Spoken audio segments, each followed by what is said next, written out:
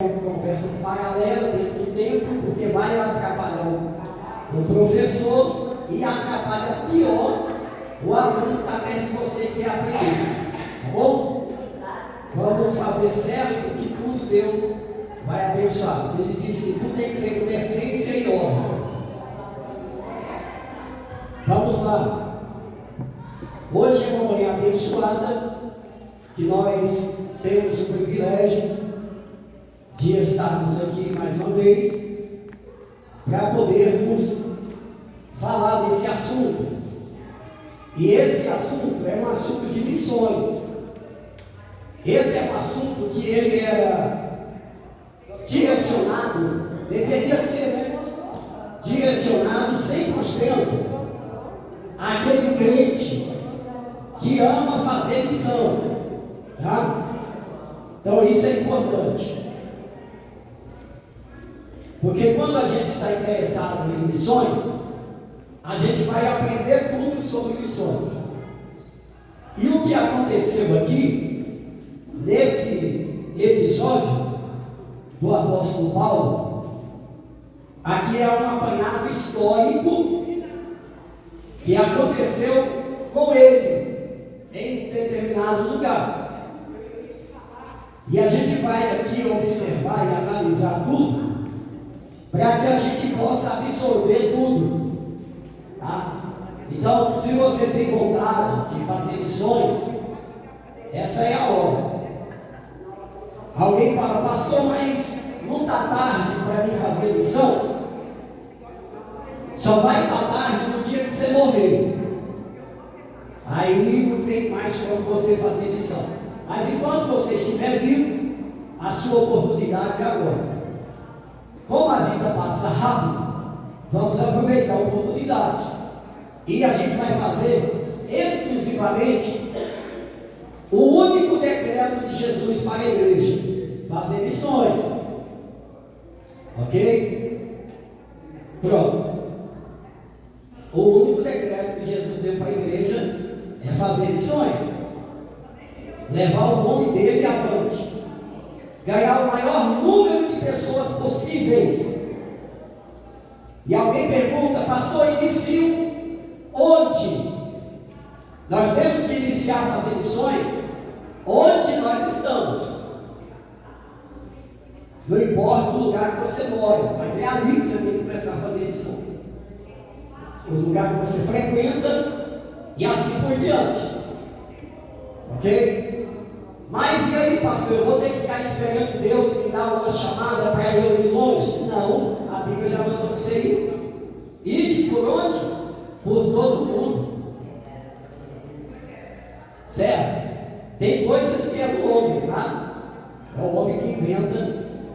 Mas se ele está inventando por bem, tudo certo. Tá? Então a chamada é para todos, só que o local é o mundo, é a terra. Aleluia. Pronto. Quando eu entendi isso, eu não parei de andar. Onde eu pudesse eu ia. Eu faço missões literalmente desde o ano de 1982. Tá? Fazendo missões literalmente. E nunca parei até hoje. A última missão que eu fiz de 1982 para cá foi no ano de 2024. Quando eu fiz 3 estados: Maranhão, Tocantins e Bahia. Aí agora eu centralizei as minhas missões aqui mesmo, tá? Por enquanto. Mas na próxima oportunidade que der, para que eu vá, eu vou de novo. E nós não podemos parar. Temos que fazer missão. Então essa lição 7 é importante. Eu tive o privilégio de receber essa oportunidade para ministrar ela. E também recebi uma oportunidade também muito boa para fazer o fechamento do trimestre da lição 13, de novo lá no pastor César. Eu ministrei a última de março, né, do primeiro trimestre lá, fechei. E aí eu quis me convidar de novo para fechar esse trimestre lá. Todo final de trimestre eles convidam um pregador de fora, um professor de fora, para ministrar. Então, eu tive o privilégio, né, de ser abençoado deles ter gostado e me chamaram de novo, e eu estarei lá em nome de Jesus. Tá bom? E assim vai. Então o tema é quando o Espírito sopra em Éfeso. Eu coloquei na frente desse texto, desse tema, uma pergunta. Tá? O que aconteceu quando o Espírito Santo sopra em Éfeso? O que aconteceu? Então vamos observar. A introdução, ela diz uma coisa importante. Teologicamente, o Espírito Santo sopra em Éfeso durante a terceira viagem missionária do apóstolo Paulo, registrada no capítulo 19 de Atos. O avivamento e o derramamento do poder do Espírito Santo ocorrem, aqui é que é a questão, ocorrem quando Paulo corrige, parte daí, viu? Dessa ação, quando ele corrige aqui o batismo incompleto de discípulos locais, e aqueles 12 discípulos que estavam lá já em Éfeso. Prega a palavra com perseverança na escola de Tirano, tá? Então quando ele vem e corrige a situação daqueles discípulos, que eles tinham poucas experiências, e depois também quando Paulo passa a pregar na escola de Tirano. Essa era uma escola que o Tirano, que era um homem chamado Tirano, tinha, tá? E ali ele entregava para que os filósofos começavam a fazer as suas retóricas lá. E Paulo também aproveitou a oportunidade e ia para essa escola de um certo Tirano e pregava ali a palavra de Deus, ok? E Deus, ele operava sinais extraordinários que desafiam o centro da magia do Império Romano. Como? Cura aos enfermos, usando os aventais do próprio apóstolo Paulo e a expulsão de demônios. Então tudo isso aqui é o carro-chefe para essa missão, para o acontecimento de tudo que ocorreu na vida de Paulo em Éfeso, ok? Então você tem que entender que Paulo não chegou em Éfeso e já começou a fazer, não, tudo teve um parâmetro para que ele pudesse organizar tudo e começar em cada qualificação essa missão para pregar o Evangelho de Jesus. Aleluia. Então vamos conhecer a cidade aonde Paulo estava pregando, a cidade de Éfeso. Essa cidade de Éfeso, ela foi muito importante nos tempos bíblicos. Ela chegou a ser o maior centro comercial daquela região, a mais importante. Chegou a ter mais de 300 mil habitantes. Para você entender mais ou menos o tamanho de Éfeso, é como fosse Anápolis. Anápolis hoje é 415 mil habitantes. E na época, Éfeso tinha mais de 300 mil. Então comparamos Anápolis, para você ver o tamanho da cidade de Éfeso e a importância dela. Éfeso, por sua estrutura, importância e população, chegou a ser a segunda cidade maior do Império Romano, ficando atrás somente da cidade de Roma, na Itália. O Império Romano comandava ali, e a Itália era como se fosse Goiânia, né? E o Éfeso, a cidade maior do interior. Éfeso se tornou a capital da província romana. Isso aqui tudo é dados importantes que a gente tem que ver e entender, para depois a gente ver essa parafernália toda que Paulo usou para alcançar aquela cidade, para alcançar através do Evangelho. Porque ali nunca, presta atenção, nunca tinha presença de Jesus, do ministério dele, das boas novas. O povo lá nunca ouviu falar do que é isso. Aí você vai ver o que é que eles aprendiam antes, o que é que eles praticavam antes. Para isso você entender, realmente a revolução foi grande, né? Para trazer uma doutrina diferente. E agora, para causar uma revolução dessa, através dessa doutrina, então essa doutrina de Jesus tem que ser muito forte, poderosa, a ponto de transformar pessoas. Porque essa é a finalidade de Deus, é a finalidade do Evangelho. Não é simplesmente algo teórico, bonitinho. É algo que venha transformar. Não é algo que sirva de status. Que hoje, infelizmente, né, o mundo evangélico, nunca esqueça isso. O mundo evangélico simplesmente está nesse ponto, dos status. Que hoje é chique você ser evangélico. Só não é chique ser crente, porque ninguém quer ser crente, eles querem ser evangélico. Então vai analisando isso aí. O que fez Éfeso ficar amplamente conhecida foi o seu templo dedicado à deusa Ártemis. No grego, os gregos conheciam ela como Ártemis, e ela também era conhecida como deusa Diana, através dos romanos. Para os romanos era Diana, para os gregos era Ártemis, mas era a mesma deusa, como diz o outro, era a mesma porcaria, mas tudo certo.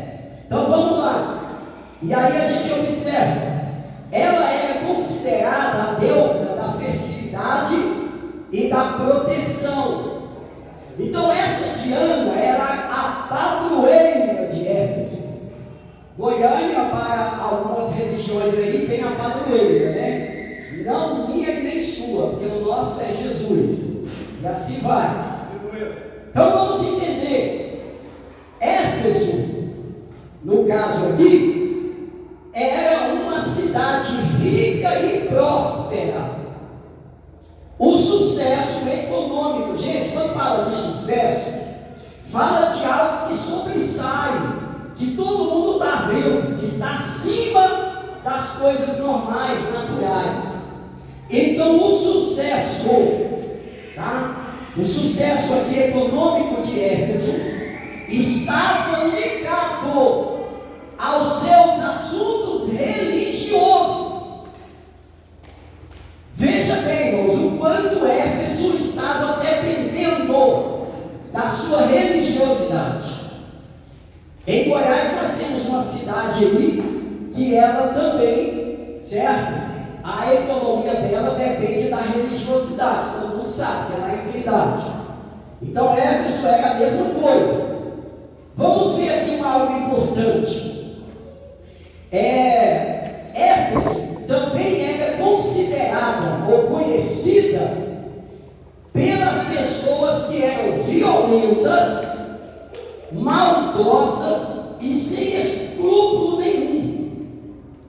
Para você entender o quanto isso era sério, que até no templo eles tinham o costume de manter um comportamento de pessoas inescrupulosas, porque ali dentro da adoração à deusa existia também as práticas de feitiçarias e de prostituições. Então a promiscuidade ali era forte.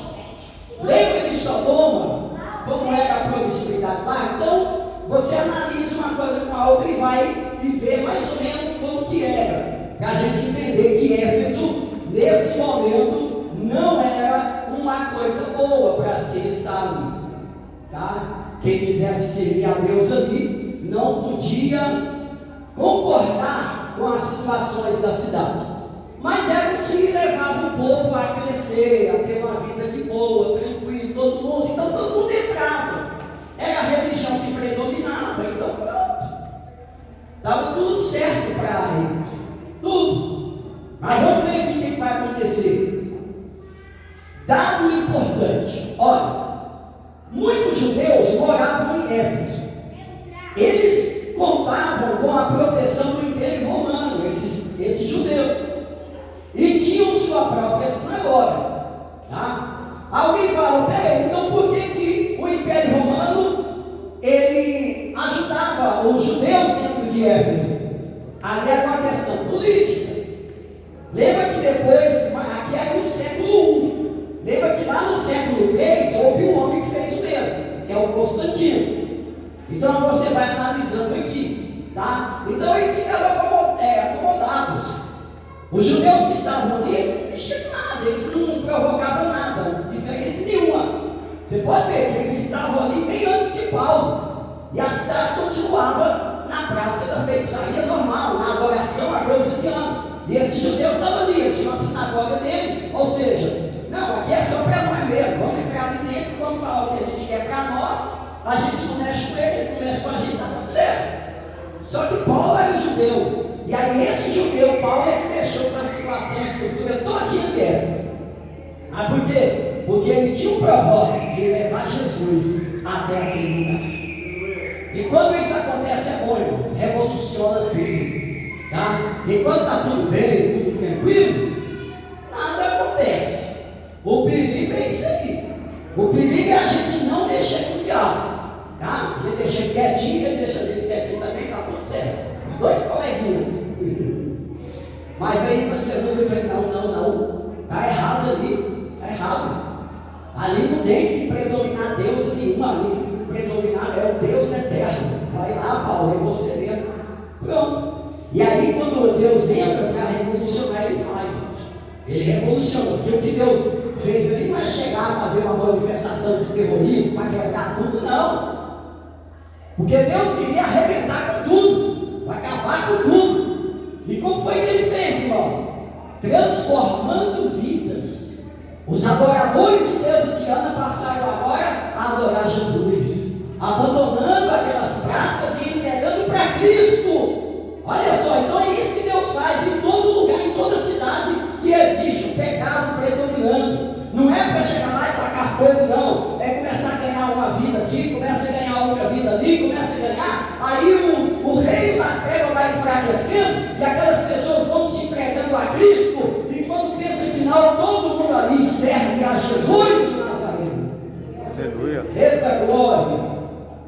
Vamos ver agora a chegada de Paulo em Éfeso. Se fala da chegada, então ele não estava ainda. Então vamos ver a chegada de Paulo em Éfeso. Antes de chegar em Éfeso, Paulo estava vindo de Antioquia da Síria e passou também pela Galácia com C, tá? E Frígia, porque a gente ouve muito a palavra Galácia com X.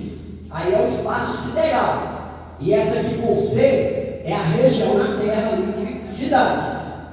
Isso aconteceu no ano 53 depois de Cristo. Tá? No ano 53 depois de Cristo. Ao chegar em Éfeso, Paulo encontra alguns 12 discípulos que conheciam somente o batismo de João Batista. Só.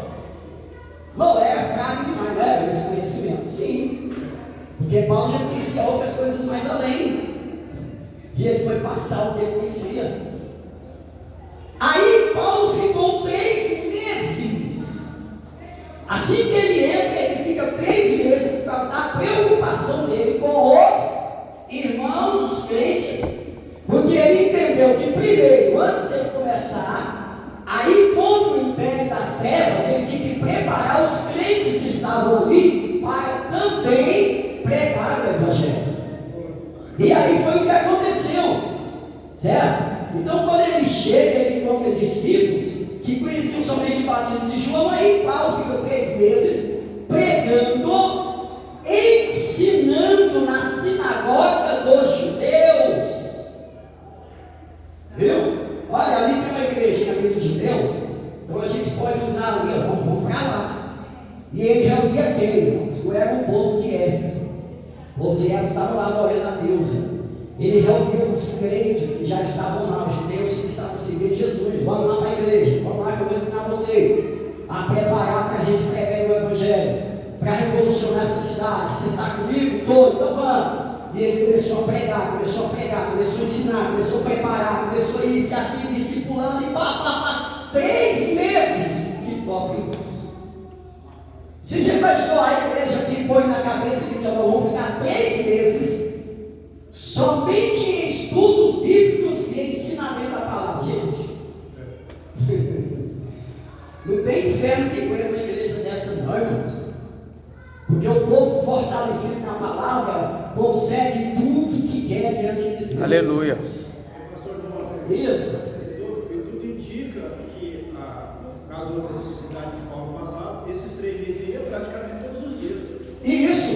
E aqui o interessante que ele fala aqui que ele usava 5 horas por dia. Aleluia. Irmão, 1 hora de pregação de ensino bíblico, a gente já cansa, né? Ai, meu Deus, só tem que ir embora.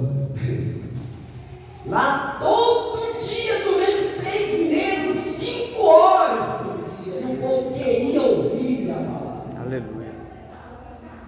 O resultado deles querer ouvir a palavra durante 5 horas por dia foi o resultado que aconteceu posteriormente. Acabou com tudo, com aquilo, e o povo começou a se converter, feiticeiro começou a entregar para Jesus e tal, foi uma revolução.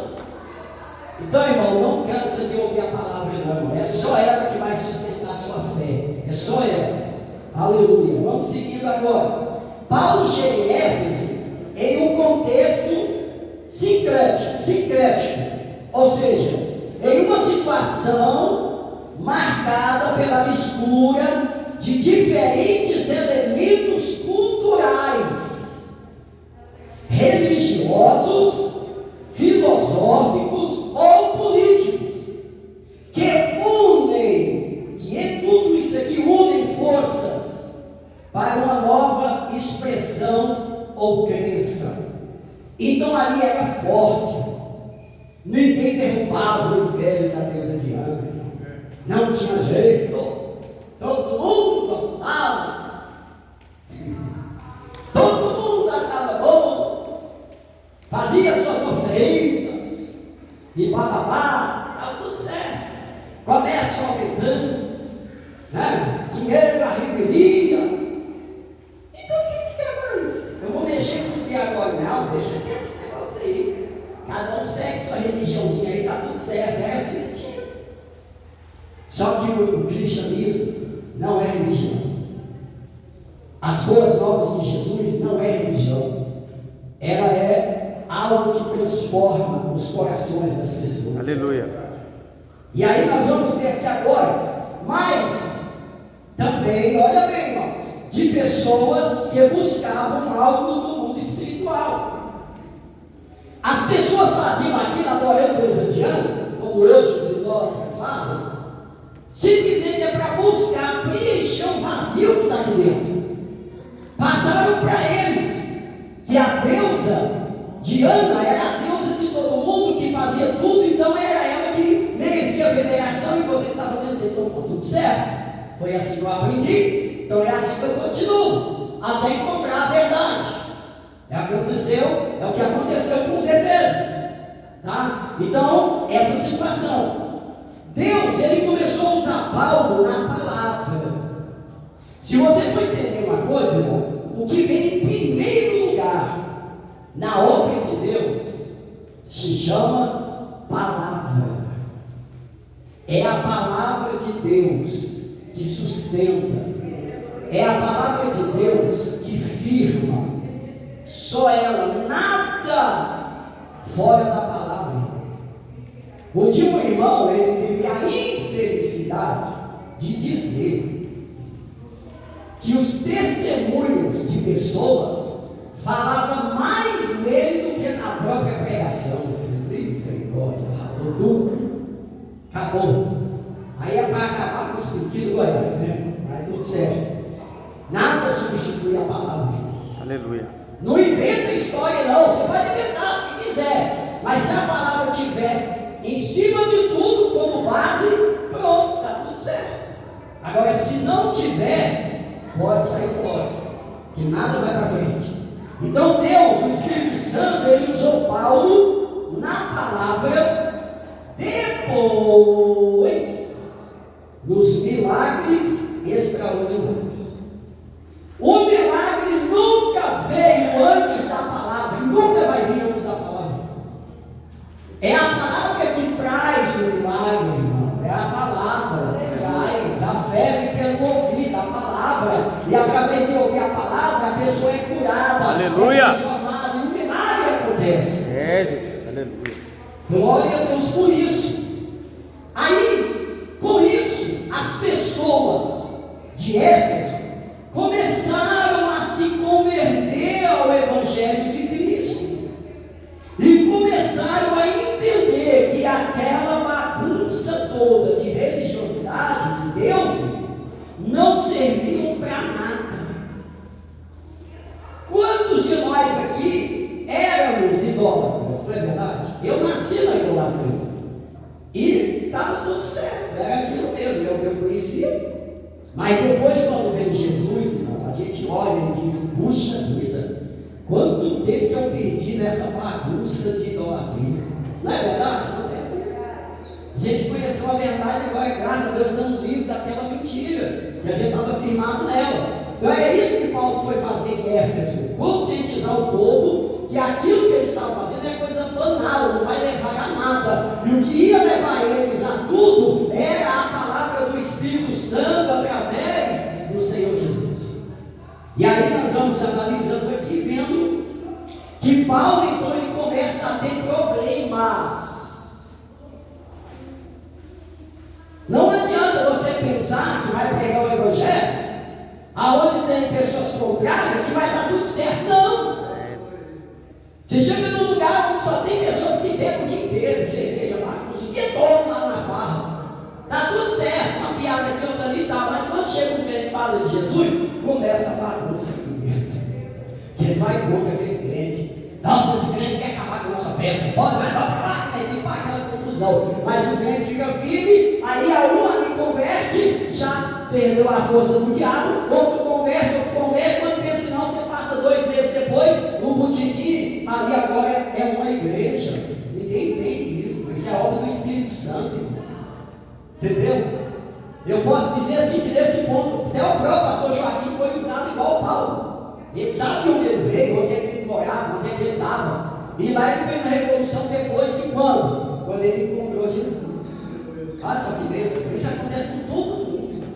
Isso aí, tá? E aí a gente olha aqui, por essa razão, causou revolta em algumas pessoas contra o apóstolo Paulo. É verdade. Vamos ver aqui, analisando a questão. Antes mesmo de analisarmos a situação do Espírito Santo em Éfeso, é importante compreender o contexto em que o Evangelho foi anunciado. Ninguém pediu para Paulo pregar o Evangelho para eles. Ninguém foi atrás de Paulo para dizer: Paulo, pelo amor de Deus, fala desse Jesus para nós. Não. O contexto em que o Evangelho foi anunciado ali era muito contrário. Paulo teve que vir para mostrar para eles, conscientizá-los de que o certo era Jesus, que eles nunca ouviram falar. E qual é a forma principal da ação de Jesus em uma população? É quando vidas ali dentro é transformadas e ele sai. Tem famílias e famílias enormes ali, irmãos. Todo mundo, não tem ninguém que serve Jesus. De repente um membro daquela família fica crente, e ali, irmão, pode ter certeza, quebrou o império de Satanás, irmão. Depois o vô aceita Jesus, depois o tio aceita, depois o sobrinho aceita, o irmão aceita, a avó aceita. A gente quando pensa que não, tem pouquinho aí, outro papel, o que eu estou fazendo aqui? Eu vou ser crente também. Quando pensa naquela família grande, todinha agora pertence a Jesus. Tudo isso por causa do Evangelho. É só o Evangelho que faz isso na vida das pessoas. Então vamos analisar aqui. Antes mesmo de analisarmos a situação do Espírito Santo em Éfeso, é importante compreender o contexto em que foi anunciado. A cidade reunia influência política, prosperidade econômica e intensa religiosidade pagã, tornando-se um dos maiores desafios missionários do antigo, do Império Antigo e do mundo antigo. Pronto, é isso daqui. Então, o que torna a missão desafiadora é quando todo mundo no local está vivendo nas trevas. Eu me lembro de uma missão que eu estava fazendo em 1986, lá em Lizarda, no Tocantins. Nós fomos para lá, irmãos, para fazer abrir um trabalho. Não tinha crente na cidade, mas aí nós temos que ir, enchendo naquela época era o pau de arara, né? Aquele caminhãozão que enchia de crente e ia embora. Subia a serra, descia a serra, pensa. Quando nós chegamos em Lizarda para abrir esse trabalho, foi o dia todo, teve almoço, teve janta, teve tudo. Aí me pergunta quem fez, quem preparou tudo isso? O povo da cidade que não era crente. Eu nunca tinha visto um pregador. As mulheres foram para a cozinha, as mulheres fizeram aquelas barracas de folha de coqueiro, fez tanta coisa, fez mesmo, todo mundo, quando fosse crente, mas não era. E quando foi à noite, foi uma revolução. Todas essas pessoas, essas famílias que não eram crentes, que estavam ali trabalhando para levantar aquela igreja, que eles nem sabiam o que eles estavam fazendo. E aí, quando foi à noite, muita gente havia aceitado Jesus. Aleluia. Na igreja, na primeira lá. Mas isso é o que? A ação de nós entrarmos para levar o Evangelho. Porque senão não vai, senão não acontece nada. Tá? Aí, ó. Nesse caso aqui, o que a gente entende? Foi justamente nesse ambiente marcado pela idolatria e pelo ocultismo que Deus manifestou o poder transformador do seu Espírito Santo. Foi ali. É necessário acontecer. A pior coisa é quando a gente não preocupa com os sinais do Espírito Santo na obra. É perigoso. É perigoso que fique uma coisa, né, morna. Não tem incentivo espiritual do Espírito Santo em nada. Não pode. Porque é a palavra que tem que gerar. Se a palavra não está gerando, é porque a gente não está dentro dela. E ela vai gerar sim, irmão. De repente tem alguém lá que da cidade lá, tal, ou do local onde estiver, tem alguém lá que está doente, não tem médico que cura, e eles não gostam de crente. E aí alguém diz, a única alternativa agora é levar para os crentes.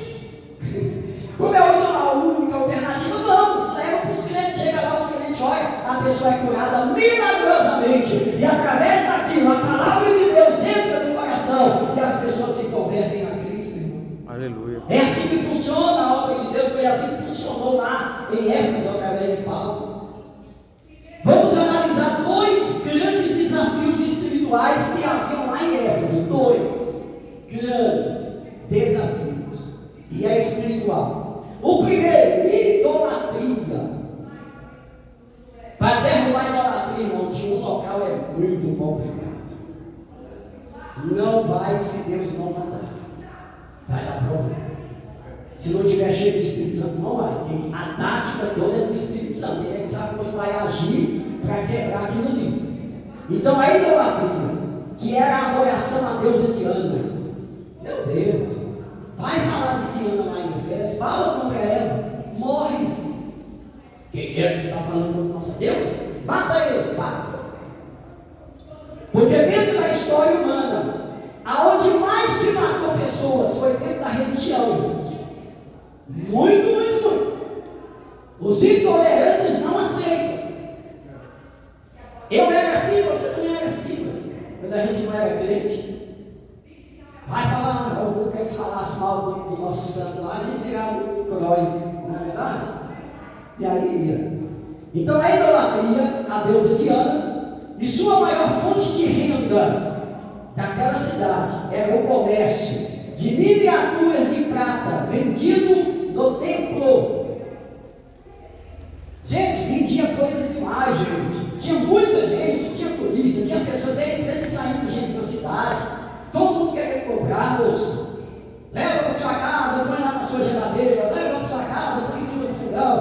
você pôr, ela vai proteger seu lar. Eu não estou bravo.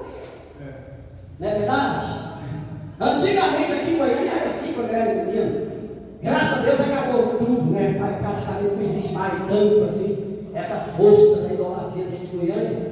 Mas até quando eu era criança era assim, ó, tudo quanto é casa, tem casa na casa de todo mundo, era tudo cheio de santo, de placa, de tanto foco, de tanta coisa. Né? Porque a gente achava que aquilo era verdade. Né? Aí até que alguém vem e fala, não, moço, a verdade é Jesus. Aí a gente entrega para Jesus e a vida muda, transforma completamente. Olha que bênção. E a outra é o ocultismo. Havia a prática de feitiçaria e artes mágicas.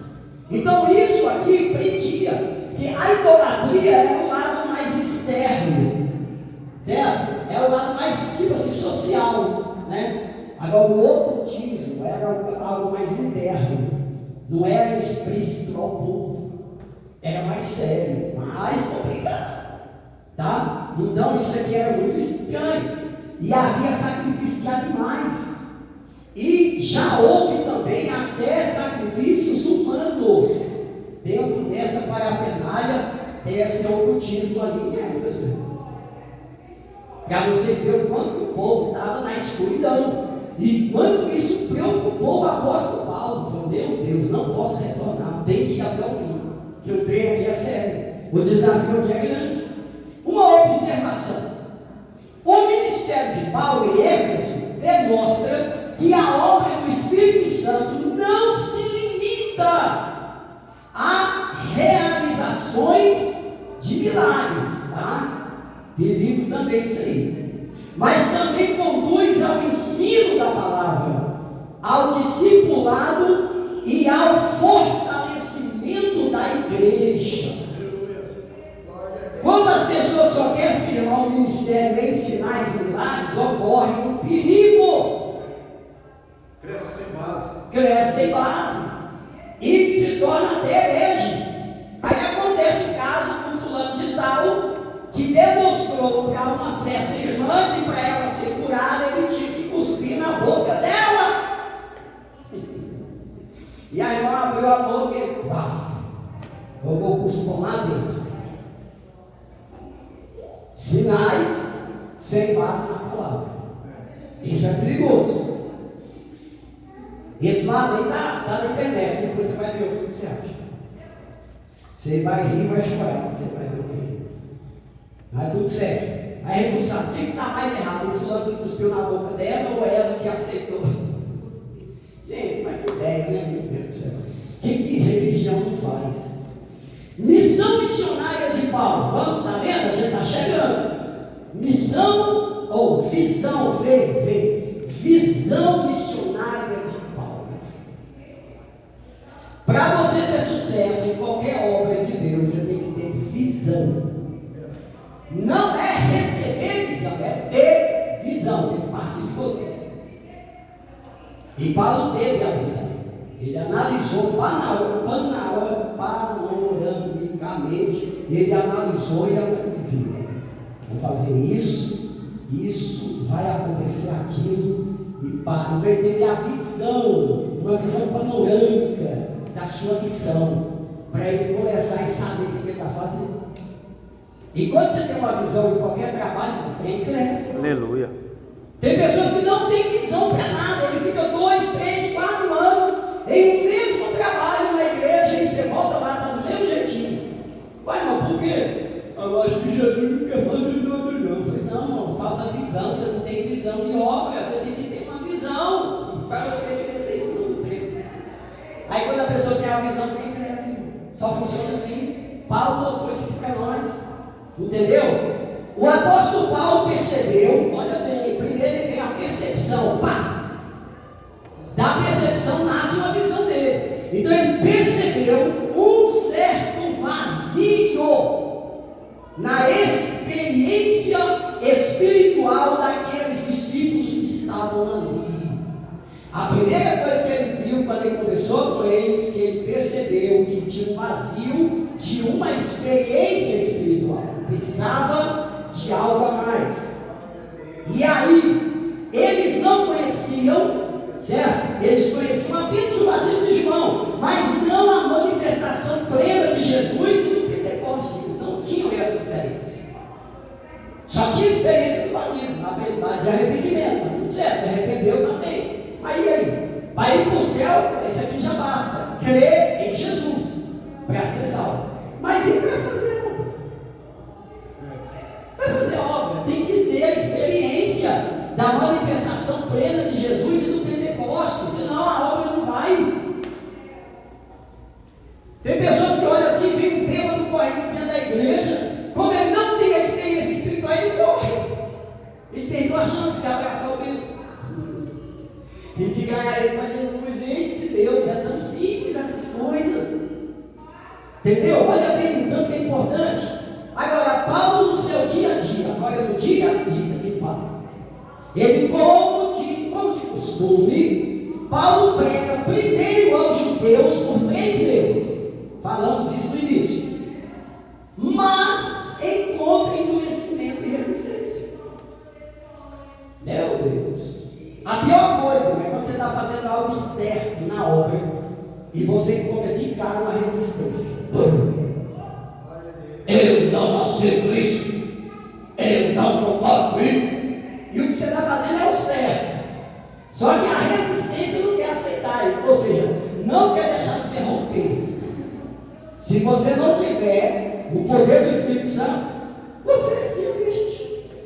Eu não, ninguém quer ver, não, deixa eu para lá. Não, vai em frente, porque essa é a sua visão, esse é o seu chamado, esse é o seu desafio. Vai em frente, enfrenta que você ganha, em nome de Jesus. A rejeição na sinagoga levou Paulo a uma mudança de local. Você sabia que Paulo foi expulso da sinagoga? Chegou um certo momento. Por quê? Porque estava mexendo com a estrutura. Gente, Paulo, nós estamos quietos aqui, Paulo, nós estamos quietos aqui. Por que você vem para encher as paciência nossa, não nos movimentar para sair e fazer o que você está fazendo? Não, Paulo. E aí os judeus, entendeu? Aí ele falou, não adianta não vem para cá mais não. Mexeu com o sistema. Oi? Mexeu com o sistema. Ele mexeu com o sistema. E é igual meu pastor Adão falou, quando você quer algo estruturado mesmo, é só mexer com o sistema. Ele tem, certo? E isso aqui aconteceu. Aí Paulo disse, aí, então não tem como mais eu pregar nisso agora. Vocês não querem ouvir nada mesmo? Aí Paulo disse, sabe o que eu vou fazer? Parar eu não paro. Eu vou buscar um local para eu fazer. Continuar a obra, eu vou fazer. Como diz o outro, né? Não tem lugar de fazer, de pregar, não, vou pregar embaixo daquela árvore ali. Toda noite eu vou vir para ali, faço tudo ali, quem quiser vir, vem, começa a vir 1, vir 2, vir 3, vir 4, e começa a ter senão uma multidão de crentes ali, de pessoas ouvindo você, debaixo de uma árvore. Aí o que vai acontecer? É óbvio, né? Futuramente uma grande igreja. Aleluia. Porque muitas igrejas se iniciaram debaixo de pé de árvore. Eu me lembro até hoje, a igreja de um irmão começou na cozinha da casa dele. Hoje você vai lá no Morro de Serena, está uma igreja tremenda. Você nem imagina como foi que começou. Eu vi o dia que começou. Dentro da cozinha dele. Passou ao vivo e falou, não, começa na cozinha mesmo. Aleluia. Porque ele queria, passou como é que eu faço? Pô, irmão, não tem como dar igreja de você. Não tem, está todo preenchido. Não, passou isso, se eu pregar na minha casa. Vai, não vai. Tem um lugar lá, é apertadinho, vai. Começa na cozinha, ele começou. 2, 3, 4, 5. Pessoalmente aí ele pegou a sala e fez bem grandona, porque senão quebrou tudo, irmão. E chegou só bem, você vai ter que comprar lá o terreno meu para fazer igreja. Porque lá tem muito crente, mas não tem local. O Albin não, tudo certo. O Albin foi, comprou o terreno, mandou fazer a igrejona. Aí com o dinheiro do terreno ele comprou da casa para ele, continuou sendo pastor da igreja e o trabalho está grandão, tremendo lá, muita gente lá no Morro de Serena servindo a Jesus. Bem? Olha que maravilha. Ó, ele se retira da sinagoga com os discípulos e passa a ensinar diariamente na escola de Tirano. O Tirano, aquele senhor, falou: essa escola é para vocês filósofos, para vocês que quiserem vir, dispor, o que vocês têm, fazer reforma, está tudo certo. Paulo, como tinha a sua moral, né? Cidadão romano, gente, tem que analisar isso aí, a cultura, viu? Senão a gente não descansa. descobre, por que Paulo conseguiu pregar lá? É óbvio, né? Eu sou cidadão, opa, você é cidadão romano, isso, Paulo, tudo certo, então você pode ficar o que você quiser, marca esse horário e fica de boa aí. E ali ele usou, levou esses 12 com ele, e alguns que foram, porque o restante dos judeus não queria saber, e aí continuou ali mesmo na escola, naquela escola ali, do certo tirano. O ensino teológico de Paulo fundamenta os discípulos na sã doutrina. Lembra isso? Sã doutrina da palavra de Deus, centralizada na salvação do senhorio de Cristo e na expansão do reino de Deus. Vamos ver o fim da idolatria, e agora é onde que Paulo entra no tudo, vai arrebentar tudo. Gente, que bênção, hein? Eu vou falar a bênção porque não é você, eu queria saber se fosse você lá. Eu acho interessante aquele livro, gente. Eu estudei assim, estudei. Gente, eu não tenho lógica de cantar aquele livro, não, gente. Você pode cantar, mas eu não tenho lógica de cantar aquele livro. Eu queria ver a bravura dos santos em plena arena, enfrentando os inimigos. Se eu queria ver, então não seria crente, eu seria alguém que estava torcendo os crentes correr. É só inteligência, né? Para analisar, foi o quê? Eu não queria ver, não. Porque se eu quisesse ver, eu não estaria, certo? Lá dentro, eu estaria na plateia, que eu não quero ver. Então, tem certo? Você tem que prestar atenção nas letras, você se compromete a todo. Tá? Então, isso é interessante. Então, vamos lá, é o fim da idolatria.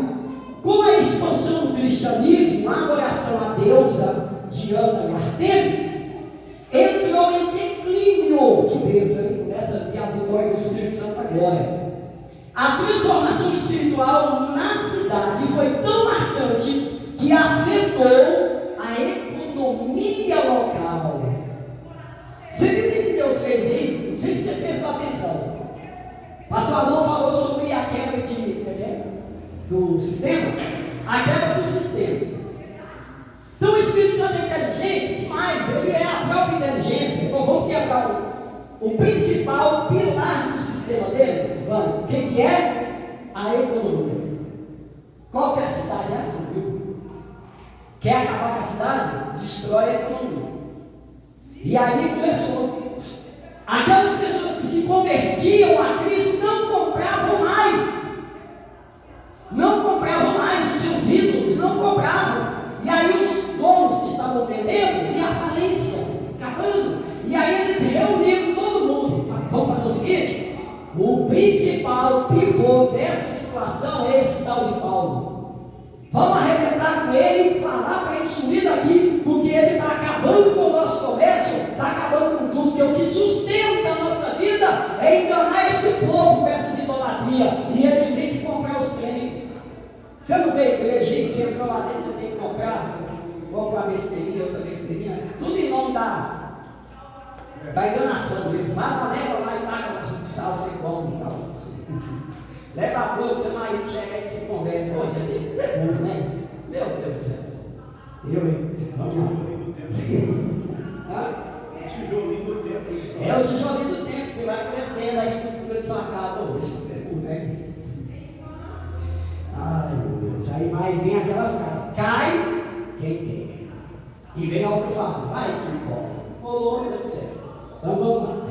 Agora, os artesãos, que são os fazedores dessas idolatrias, eles que lucravam, vendiam imagens e santuários de prata da deusa Diana, lá em Atos 19:25, começaram a perder clientes, uma vez que as pessoas abandonavam a idolatria. É claro que eles não vão aceitar, gente. E fala: peraí, o negócio não é o povo que está fazendo, não, é esse tal de Paulo aí que está fazendo a cabeça desse povo, para esse povo não comprar e tudo mais. Isso gerou um grande tumulto na cidade e até uma revolta liderada por ourives, os que faziam estátuas de ouro e tudo mais, cujo comércio das estatuetas da deusa Diana foi drasticamente afetada. Gente, aqui não foi coisa à toa, gente.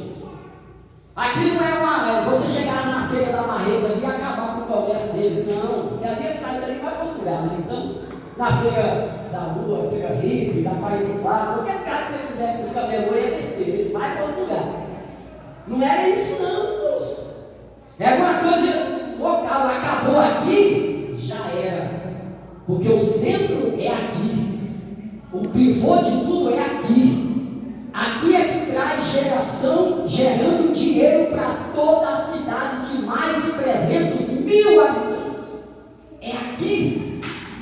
Então o pivô é esse homem, esse tal de missionário chamado Paulo. É ele. Se a gente acaba com a vida dele, aí acaba com o leite, volta tudo de novo. Isso era o pensamento deles. E o Oriente Médio, aí a mentalidade não é a nossa do Ocidente aqui não, gente. A mentalidade, tudo deles é crer, ao pé da letra. Por isso que tem muitos textos que a gente não entende, prega errado e aceita errado. E concorda com coisas que não é para concordar. Principalmente a ideia de que Deus é um assassino. Cuidado com isso. Eu mato, irmão, eu morro. Ele é assassino. Deixa eu dizer, bom. Cuidado com isso. Ele diz que Deus é amor, ele vem para dar vida com abundância. Então, eu vou acreditar no que ele fala, não é no que o outro pensa, não. Então vamos lá. Então isso gerou tudo isso. Um dado importante também é que Éfeso foi o principal centro da expansão do cristianismo na Ásia. Não sei se você entendeu isso aqui. Antes, Éfeso era o principal centro comercial da idolatria. Agora, depois que Paulo prega, depois que Paulo ensina a palavra, depois que muita gente se converte, depois que o povo começa a sair da deusa Diana, então lá na frente, Éfeso passa a ser o principal centro de evangelismo da Ásia Menor. Aleluia. Que maravilha! Glória a Deus. Foi Paulo que fez tudo isso? Não! Paulo foi a ferramenta de quem fez. Quem fez? O Espírito Santo. Ele usou Paulo. Aleluia. É isso mesmo. Aí tem gente que fala, irmão, vamos orar, vamos pregar. Eu quero dizer para os irmãos que não é eu que vou pregar, não, viu, irmão? É o Espírito Santo. Uai, então se não é você, então senta aí. Agora, deixa o Espírito Santo sozinho pregar. Tem que ser você que tem que pregar. A ferramenta é você. O que o Espírito Santo vai fazer é te dar inspiração para transmitir a palavra. Aleluia. Não é ele que prega, não. Aí é demais, né, irmão? Oxi. Espírito Santo, prega aí. Eu estou cansado hoje. Não tem base. Pastor João, Ah? há uma parceria entre o Criador e a criatura. Isso. Os instrumentos dele. É uma parceria. Você vai e eu faço.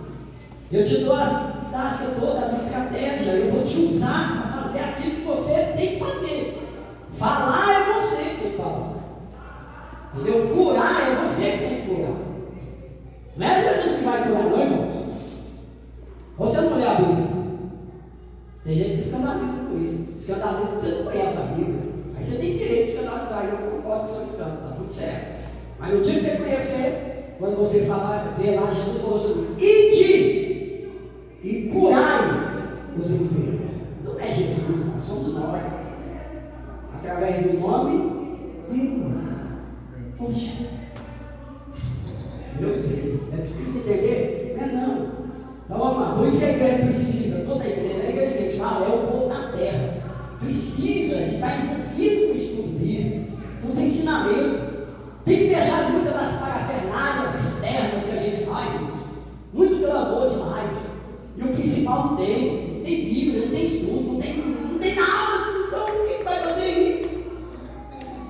Quer parafernália, quer clamor, vai pro shopping, vai pro parque, vai para a exposição da pecuária, vai que tem. Aqui dentro da casa do Senhor não, aqui é Bíblia, é estudo, ensino da palavra, é oração, é poder de Deus, é batismo do Espírito Santo, é Glória. isso que o povo precisa, irmão. Aleluia. Com certeza. Glória a É Deus. não, meu Deus do céu. E Paulo fez tudo isso em eles. Que pensa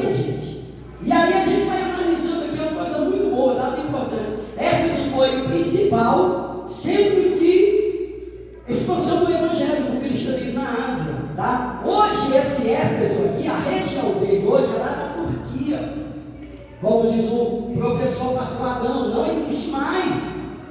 Hoje está dentro da região da Turquia, hoje é outro tipo de cidade que está ali dentro, tá? Os turcos ali, tudo está invadido. O efeito da obra missionária de Paulo e Éfeso, agora é o efeito. O efeito que houve essa pregação, qual foi o efeito? Qual é o efeito de tomar um remédio, um xarope? O efeito é o quê? É a tosse vagabunda. É o efeito. Você tomou o xarope, não está tossindo mais. É o efeito. Tá certo?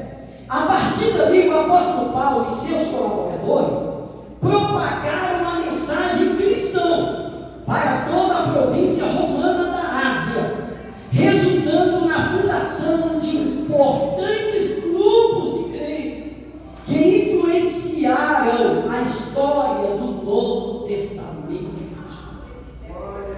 Que bênção! Foi um impacto promovido pelo sopro do Espírito Santo naquele lugar. Você quer ver uma obra morta? É não ter o sopro do Espírito Santo. Você quer ver um culto chulo? É não ter o sopro do Espírito Santo. Sabia? A gente tem que preocupar com isso. Conscientização missionária. Vamos lá. O verdadeiro avivamento nunca permanece restrito ao interior da igreja. Quando o Espírito Santo age, vidas são transformadas, práticas pecaminosas são abandonadas e toda a sociedade passa a sentir os efeitos da presença de Deus. Nós tínhamos uma obra, ainda tem, né? Eu não estou lá mais, nos Calungas. Eu sou também missionário da AME, não sei se você já ouviu falar AME. Eu sou só zelador. Você não me conhece, você só conhece o lado do zelador, não conhece o lado do João. Então a AME, pastor Isaías da Silva Negrão, que é o presidente geral de tudo, nós temos um trabalho nos Calungas, tá? Os Calungas são os descendentes de escravos que o Lula automaticamente não deixa ninguém piscar lá. Ele é o xodó dele.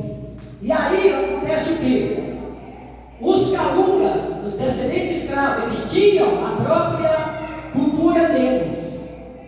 Uma cultura forte é o incesto. O tio casava com a sobrinha, o irmão casava com a irmã, aquele negócio todo. E tinha a feiticeira. Os Calungas é grande, meu irmão. É grande demais. Você anda horas e horas para chegar em determinados lugares lá, muito longe.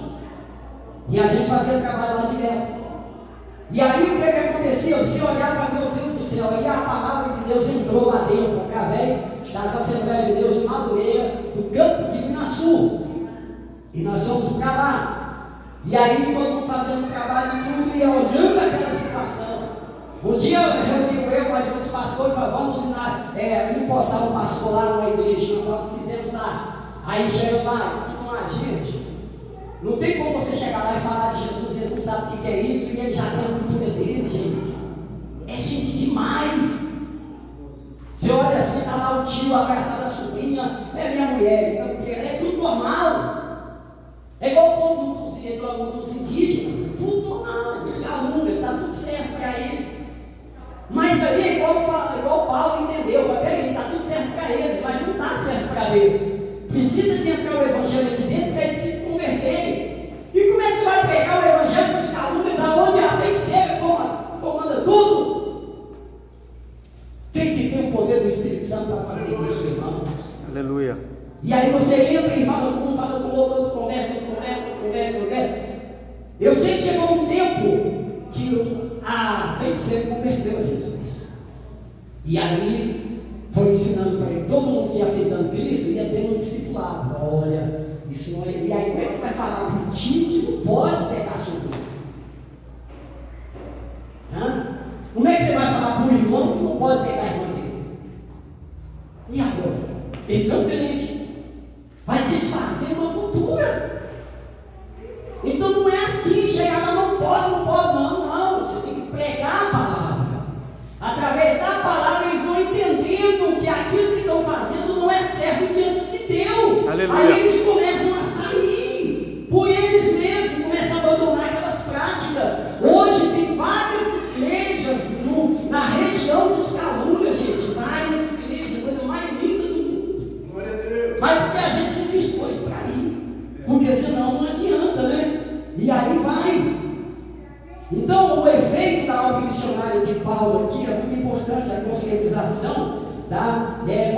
maravilhoso. E agora nós temos aqui, ó, quebra de ocultismo e da feitiçaria. Alguns exorcistas judeus tentavam usar o nome de Jesus para expulsar demônios de forma supersticiosa. Esses exorcistas levaram uma surra dos demônios. Eram 7 irmãos biológicos de um homem chamado Seva. Eles viram Paulo, certo? Expulsando demônio e falaram: então é fácil. Qual é a norma? É aquilo, a tática é aquilo, a fórmula é aquela. É no nome desse Jesus dele. Então vamos lá. Aí eles estão caçando demônio, encontrou o demoniado. E aí só que aí se deu mal, né? Porque o demônio é besta. Ele falou: pega aí, rapaz, o que você está fazendo aqui, ué? Não, viemos expulsar você, para beber, para expulsar para quê? Vocês vêm em nome de quem? Não, nós viemos aqui em nome do Jesus que o Paulo prega. Ó a besteira. É sinal que ele não tinha Jesus. E aí ele disse: não, realmente eu conheço Paulo, eu conheço Jesus. Olha só o que o demônio falou: realmente eu conheço Jesus. E de Paulo, e eu sei muito bem quem é Paulo. Por que o demônio falou: eu sei muito bem quem é Paulo? Porque Paulo estava causando revolução na cidade, bagunçando, correndo com Satanás. E por isso que ele falou essa expressão: eu conheci muito bem aquele cara. Sei muito bem. Mas vocês não são conhecidos no inferno.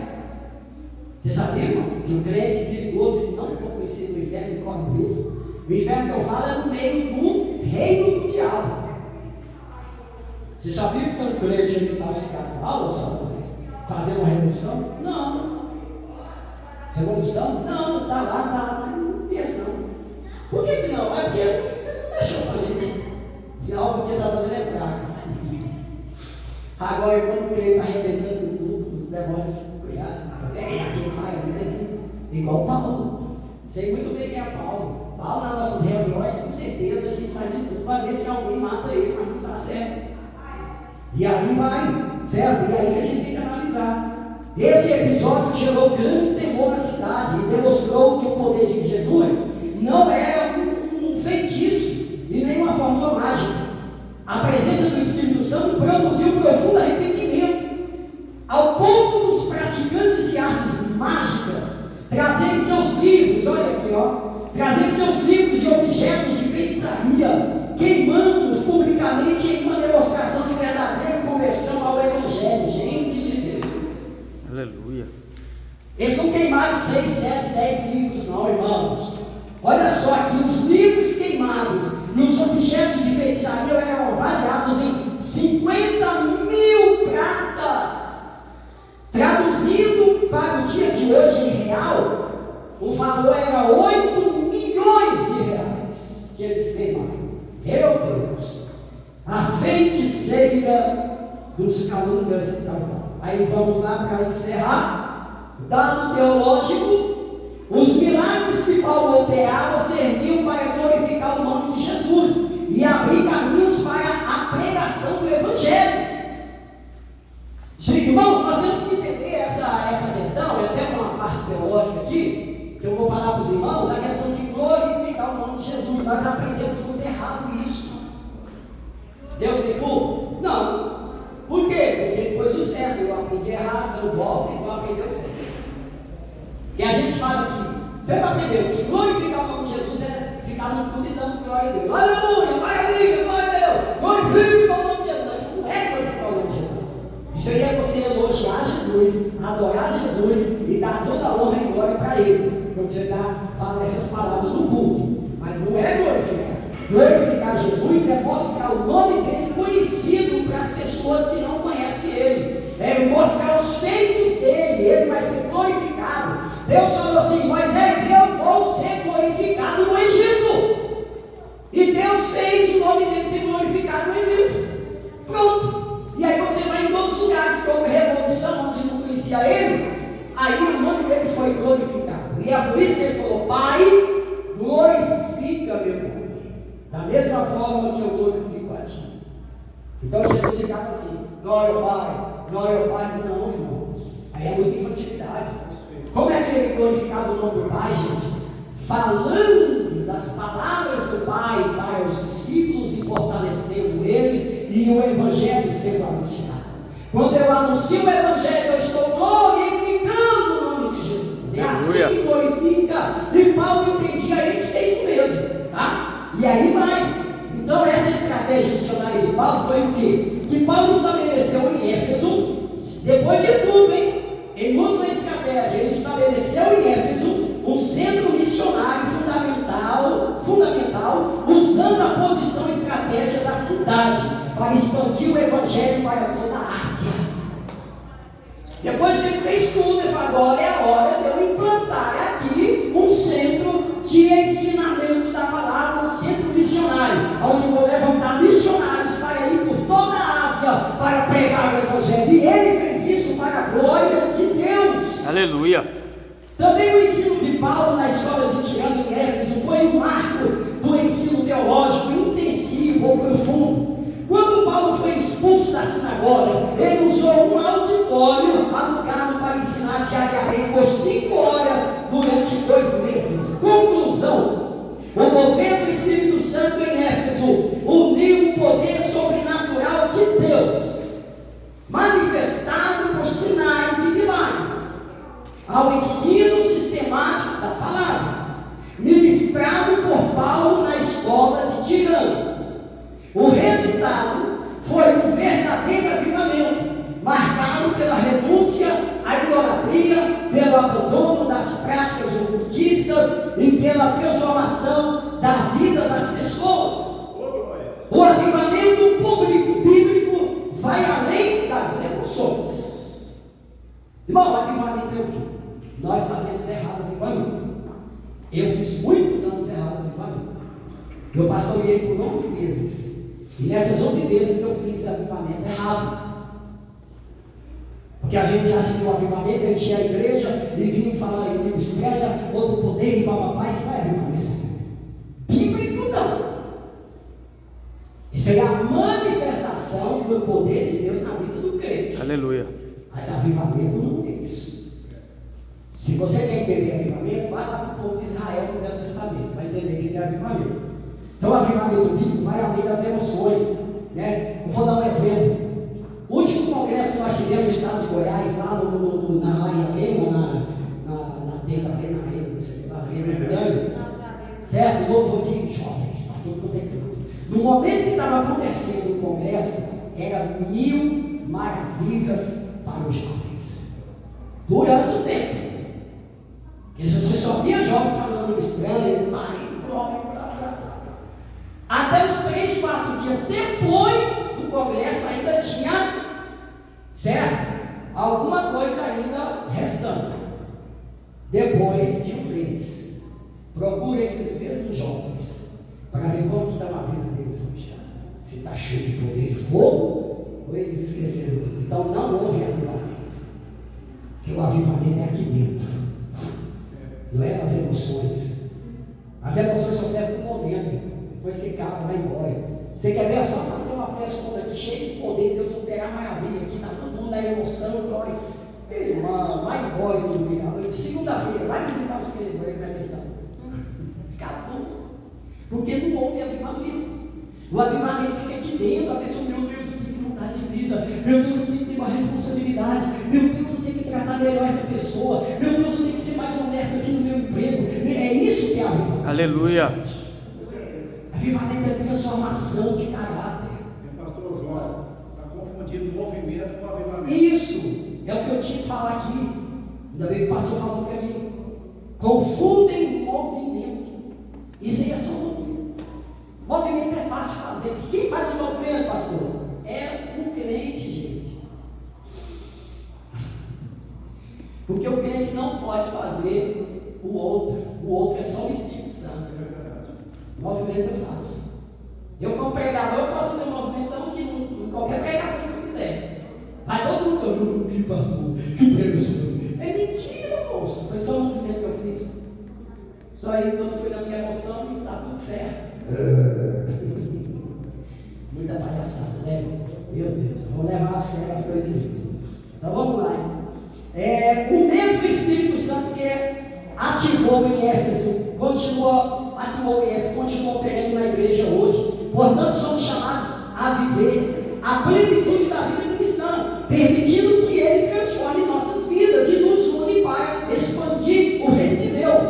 Por isso Jesus disse que temos que produzir frutos, e que esse fruto venha a permanecer. Essa é a ideia de Deus, do Espírito Santo, do Filho, sobre a obra missionária. Que Deus abençoe a cada um de nós neste momento, para a glória de Deus. E eu volto a palavra para o superintendente da escola dominical.